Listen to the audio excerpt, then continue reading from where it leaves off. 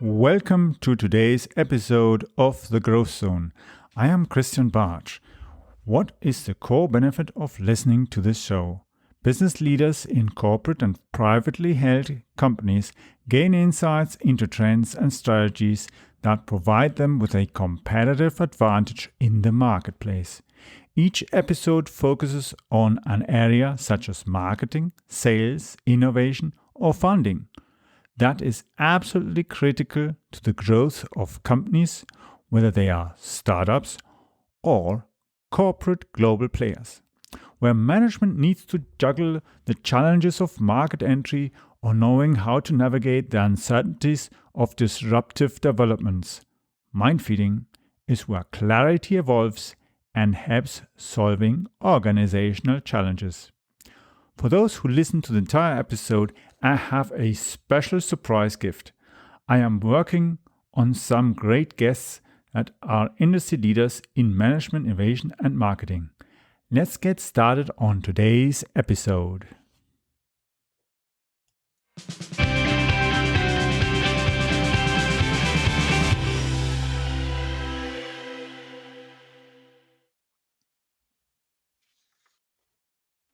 So today I'm here with Ryan, who's based in the UK in Lincoln, and we're going to be talking today about how to take your idea to building membership systems.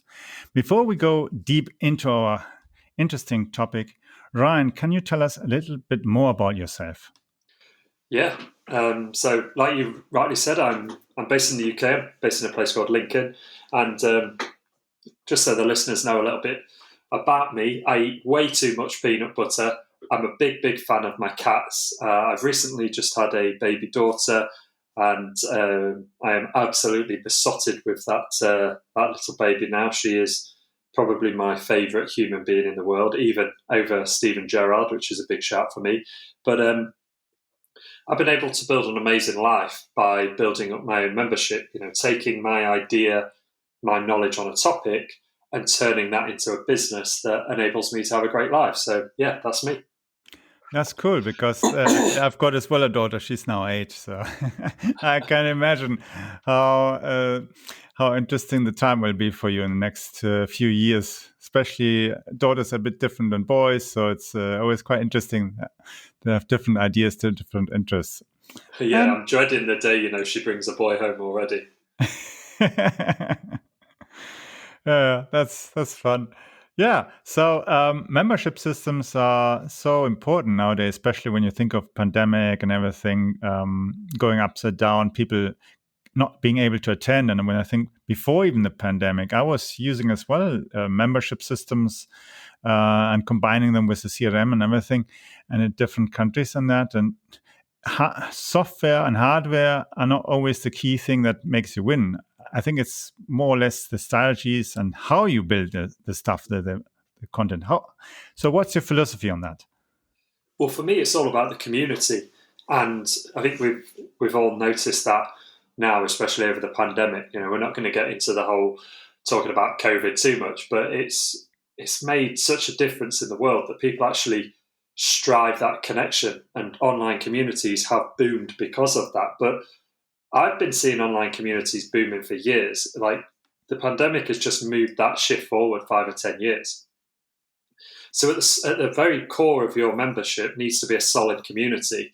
And that's a place where like-minded individuals can get together. So it doesn't matter what niche you're in. If you're a founder or a coach or a consultant, you can create a community based around your interests. I've seen memberships about cat training, about dog training, about Pokemon cards, about like flowers, about flower arranging, about tree care, running, triathlon, whatever it may be.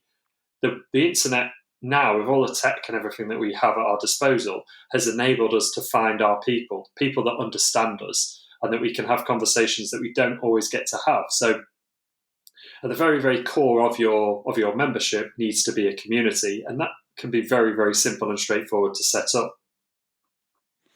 Absolutely. When you think of it, with all the different communities and topics that people have, whether it's sailing or gardening and other stuff. When I think, especially in the UK, gardening is a big thing. I remember always my grandfather used to have his glass house in the back.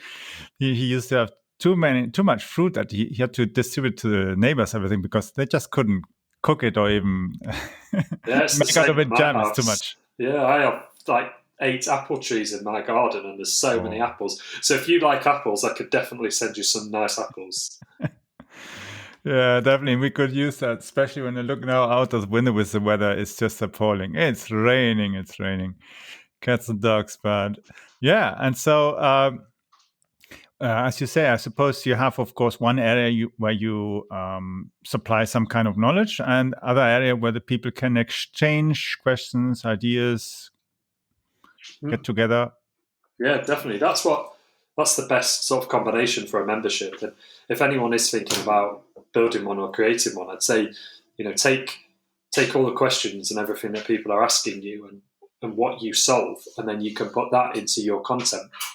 So, for example, if you're a course creator or a coach, freelance, or you work one on one with clients, you'll find that a lot of the time you're answering the same question, you're giving the same information, you're helping the same types of people solve the same types of problems.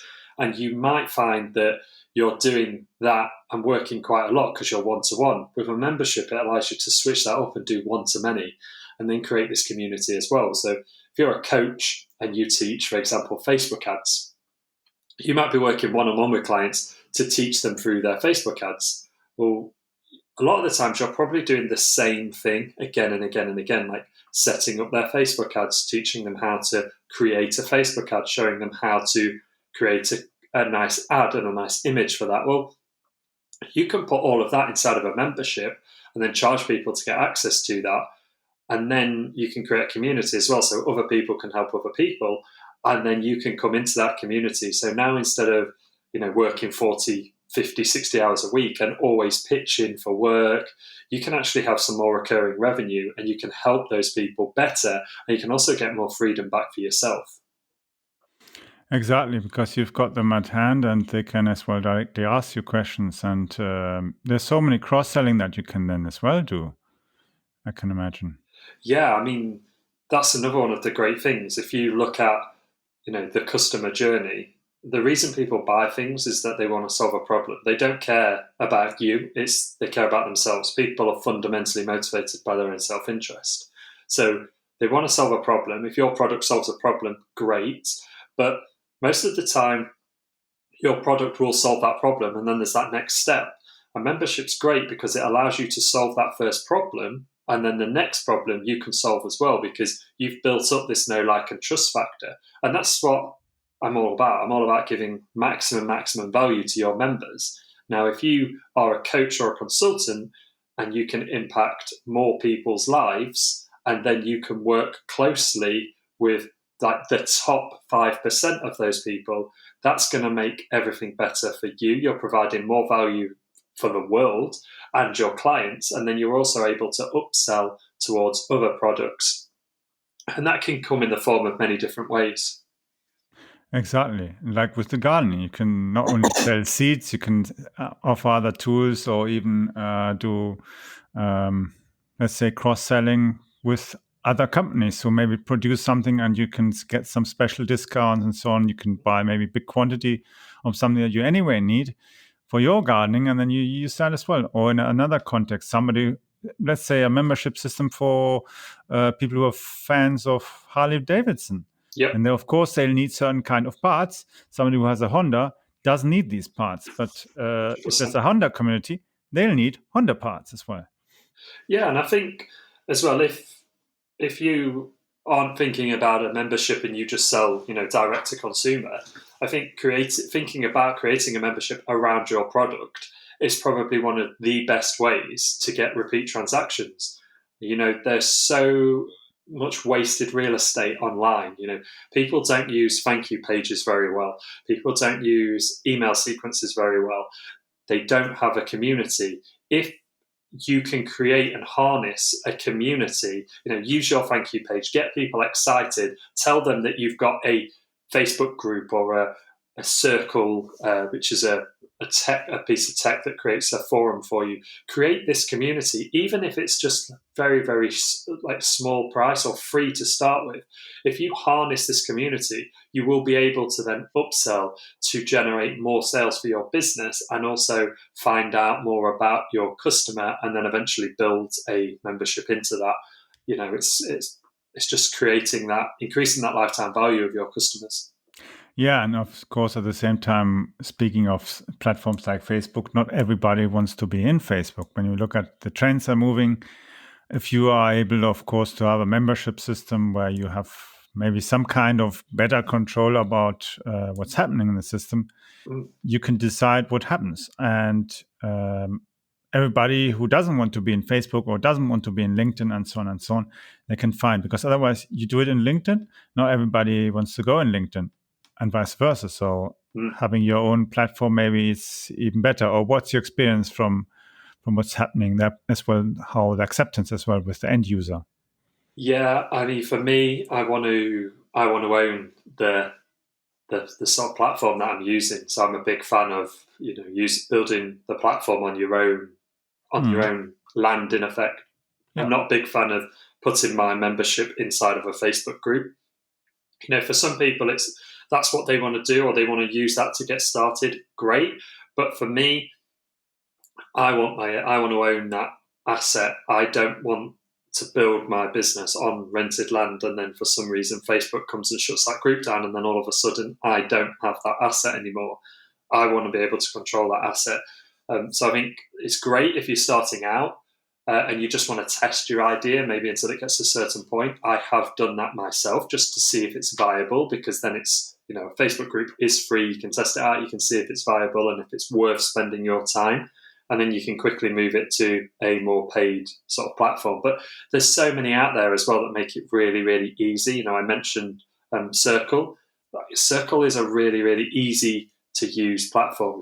You can just set it up within an afternoon and just go with it. It's I guess less than $100 a month, and it can handle all of your forum. You can even put your content in there as well. So it's really easy to use as an app as well. And I found that, especially recently, engagement seems to have dropped on Facebook groups. And this is what I'm hearing from my members and the people that I train and teach on memberships, that some of them had free Facebook groups, which were quite large, and they started to see that engagement drop. Other people were creating Facebook pop-up groups, for challenges and various different bits where, they would run a challenge for 3, 4, 5 days to promote their membership, and then the engagement has dropped so much on the Facebook group that their results have changed.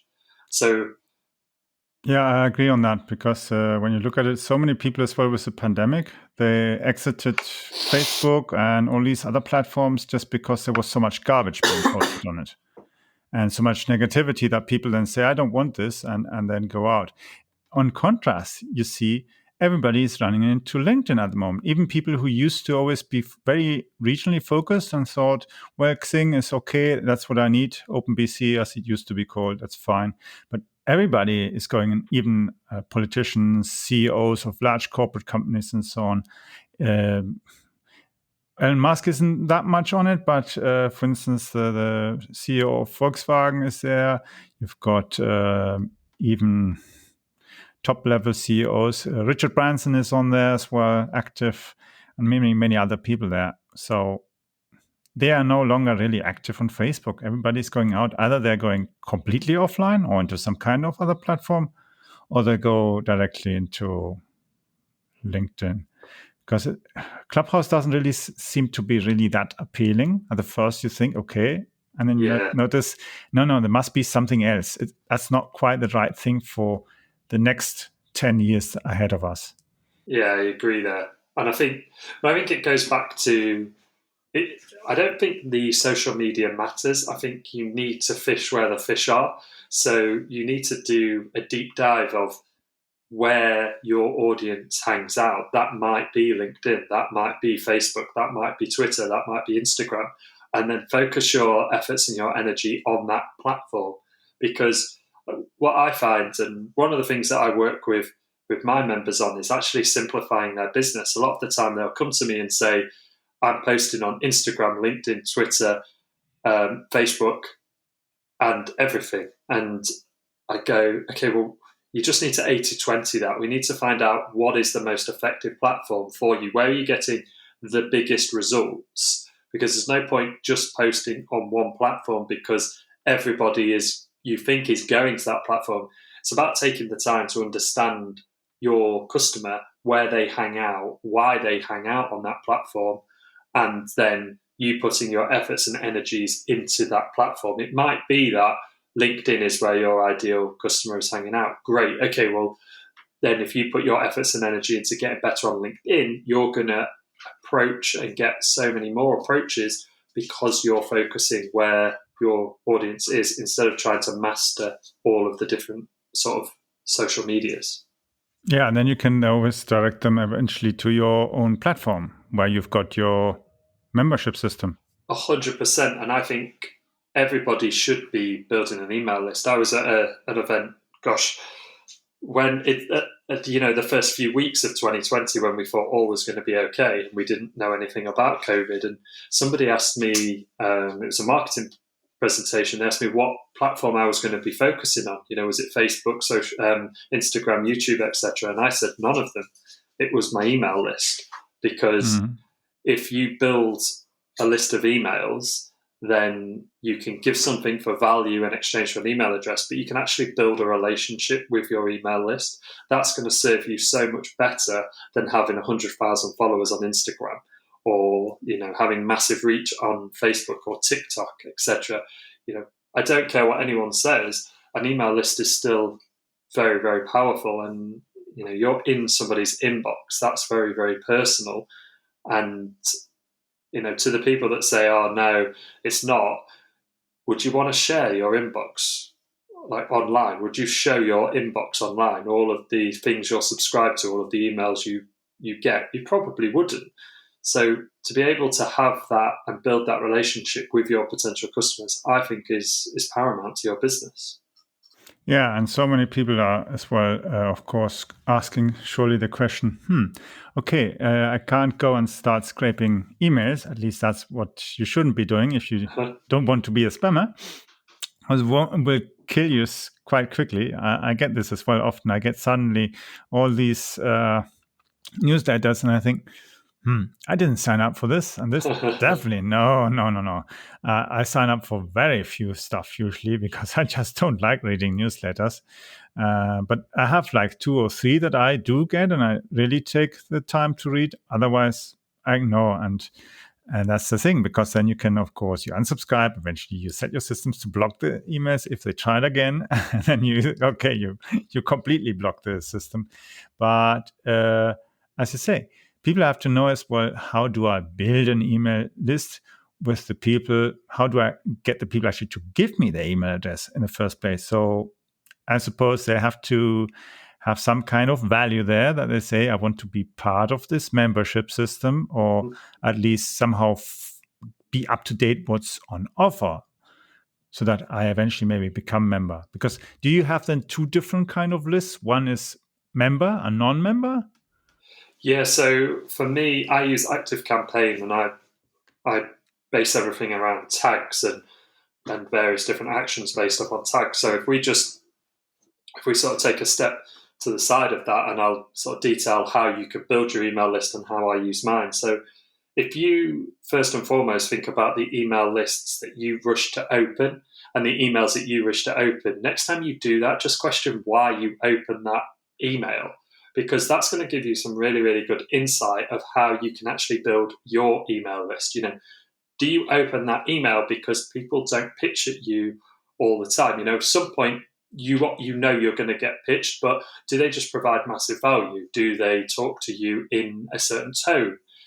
Start to break down why you opened that email. Ask yourself, what about that headline made you want to open that email? Because if you start doing this, and if you also go to websites like Medium and all other news websites, just scroll through and start looking at the news stories that pull out to you, that make you want to read them, and just take a step back and look at the headline and go, why did I want to click that? Because if you can break that headline down, it will go so much further to teaching you how you can build really good value and relationships with your email list. Now, also, what I say with people building an email list is actually give value, tell stories. People love stories. So think about stories that you can share and think about action items that you can give people. So what's the moral of the story? What action item can they get that they can put into their lives that make a big difference? If you're using the word email blast and blasting out to your list, you've got it so wrong. It's about a relationship with your list. Talk to your list as if you were texting, go for coffee, use your natural tone with them. So that's the kind of emails that you can produce. Now, in exchange, to get people on your email list, you need something of value. So what is the quickest win? What is something that you can give your audience, your ideal customer, something that they can use straight away, really, really quickly inside of their business or their life that gets them a win? That's really, really great value that actually you probably should charge for that. So, for example, for me, I give away 365 days of content post ideas, of engagement post ideas for people to use inside of their membership. So if you've got that, you don't need to think about posts for your membership for a whole year, and then you can do that again the next year. I should charge for that, but I give that in exchange for people's email address. So then once you've identified that, then you can put that just on a very simple page. People can then sign up to that. So that's how to build an email list and then how to do the emails. How I do that is I have one main list, and then various emails go out to different people. So initially you download my 365 days of engagement post ideas, and then I start to talk to you. The thing for me there is I give you this freebie, and then the emails that I'm giving you after that are all about me getting you the result that was promised, because I'm not going to pitch to you straight away. My first goal is to get you the result that was promised. I promise to give you more engagement in your membership. If not, you can contact me and I will personally help you for free in the emails. That's the sequence that I use. And then from there, the next step for me is to do a strategy call, because I don't want everybody to join the membership. I only want people to join the membership if it's right for them. So I've given you massive value with my engagement post for free. I've then given you a series of emails. The whole sole goal of that is for me to identify a couple of things. It's to help you. It's to give you some more resources that I have. So I have a podcast as well. I want more people to listen to that podcast. So I give you an episode that's linked to the freebie as a podcast episode in an email. And then the next series of emails is all about getting that result and solidifying that and helping you if you are struggling. And then from there, I invite you to join a free game plan session where we'll just jump on a call very similar to this. And I won't pitch at you, just say, what do you want to build, or what have you built, and where are you stuck? And then I'll go from there. And then at that point, we'll get rolling, and we'll see if we can actually work together.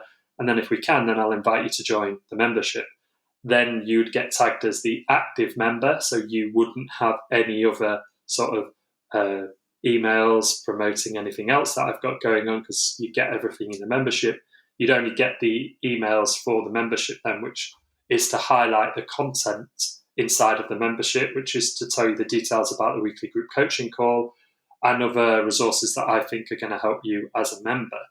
Then what I do with the rest of the list, if they have bought or they haven't bought, is I just carry on building a relationship. I will email out on a Monday, for example. Just emailed out this last Monday, yesterday, and said, what are you working on this week? What's stopping you from achieving your goals?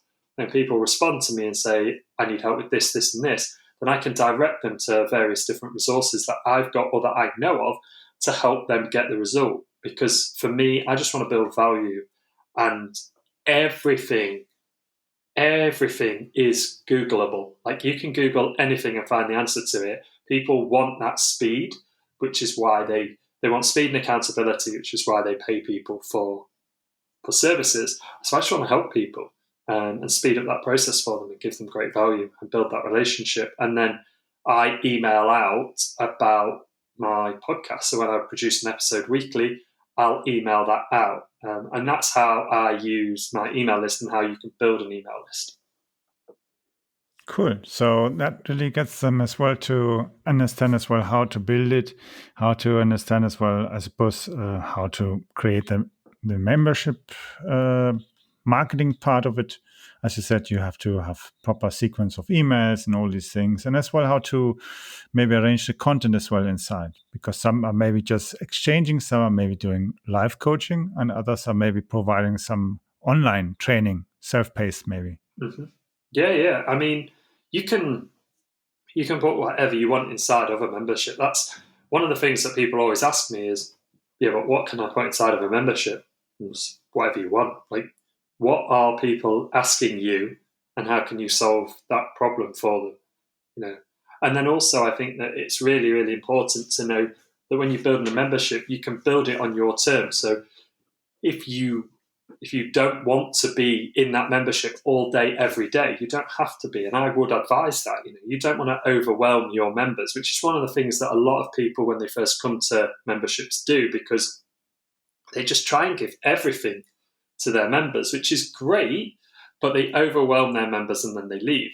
So I would say, be very, very strategic and think about what people actually want and how you're going to do that. So is that going to be just a weekly group coaching call? Is that going to be content? And then just stick to sort of one or two things. Are you going to do a monthly challenge? If you own a copywriting membership, for example, you might say, as a group, we're going to write 10,000 words collectively this month. And then the first week of that month is all about training on how to write and what the challenge is. And then the next 3 weeks are about supporting people through that.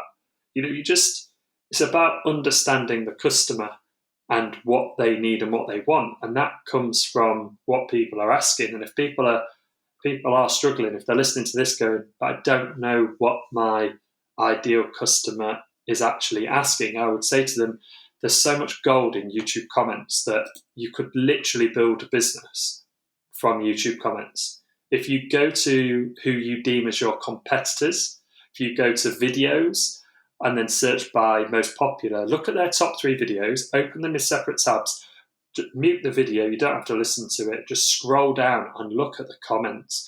People are asking questions in the comments because, again, they're fundamentally motivated by their own self-interest. They want answers to the questions, so they're asking questions. Now, you can create a membership just based off that alone. That would give you all of the content that you're probably ever going to need for your membership. You could then package that together in however you want it. Do you want to drip the content out? Do you want to give all the content and then do a weekly coaching call? Or do you want to do a weekly Q&A where you help them answer the questions that they're stuck on? Or do you just want to do it as a forum? It really, really is up to you. Yeah, definitely. And when you think of it, there have then so many possibilities to build a membership system, expand it, offer cross-selling and all these other kind of things. And and I suppose as well, it doesn't matter in which country you are, or you can have your members can be from anywhere around the world. Yeah, I mean, I have members from all over the world, and that's the beautiful thing for me, because I can then help lots of different people in different countries, and I'm not worried about time zones, and I'm not worried about, if based in the UK, a lot of my members are American. If I was just solely working one-on-one with people, for me to deliver on my promise, I would have to be working later in the day and later into the night. Now, I don't want to do that. I have a newborn baby. I want to spend time with the wife and the family and the cats, and I also want to watch Liverpool. So I'm not going to be able to do that, but I can still provide that maximum amount of value inside of a membership. So it works really, really well. Yeah, and that ensures that it's easy as well for others to replicate as well the kind of system when they understand how to do this. They can have this as well, instead of being round the clock, trying to feel jet lagged, trying to make everybody happy. You can't do everybody, offer a service where everybody's happy. You have to focus on your ideal members. As you said before as well, your call that you have before, make sure that you don't sign up people who are actually not going to be successful in that and might be even unhappy and create problems that are actually unnecessary. Yeah, 100%. And that's one of the takeaways that I'd love everybody, listening to this to go, anyone can do this. I am nothing special. I had a passion for a certain niche and I built a membership based around that. And I built that up over 10 years. And now that skill has enabled me to help other people build their memberships in some absolutely insane niches. I would never write any idea off because I've seen ideas succeed in so many different topics, so many different niches that you can build whatever you want. And it isn't actually that difficult. You just need to put in a little bit of work and you can get to where you want to get to. Yes, so it was great having you here on the show, Ryan. If people want to connect with you, find out more about what you're offering and that, how can they get in touch with you?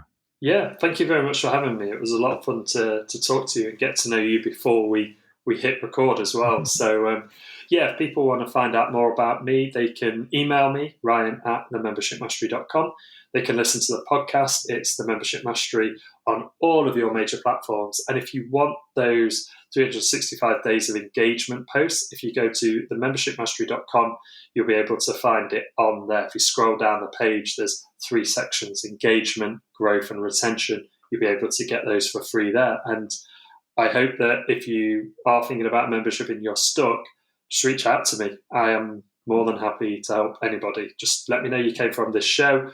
Let's do it. Yeah, that's awesome. So have a great week, and I'm sure we'll be talking soon again. Thank you.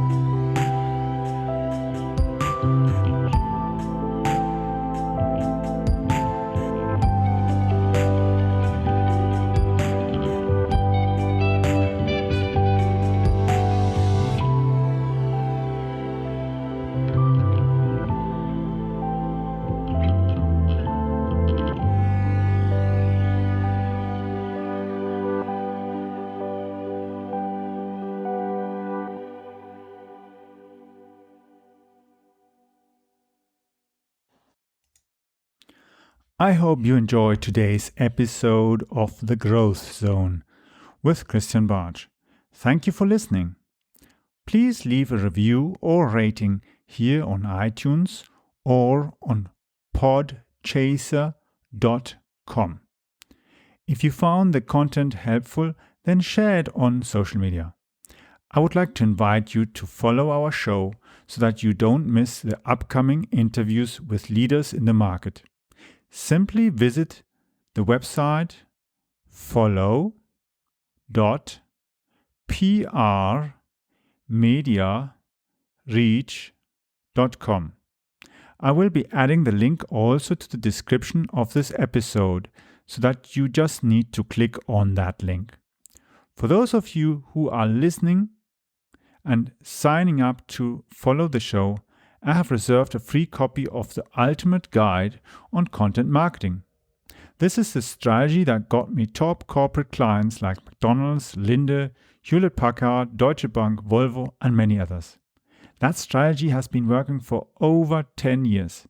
It also got me contracts with police, transport authorities, military, and several universities, and even leading research institutes. For sure, it also worked wonders as it got me many small, medium-sized entrepreneurs and enterprises as clients.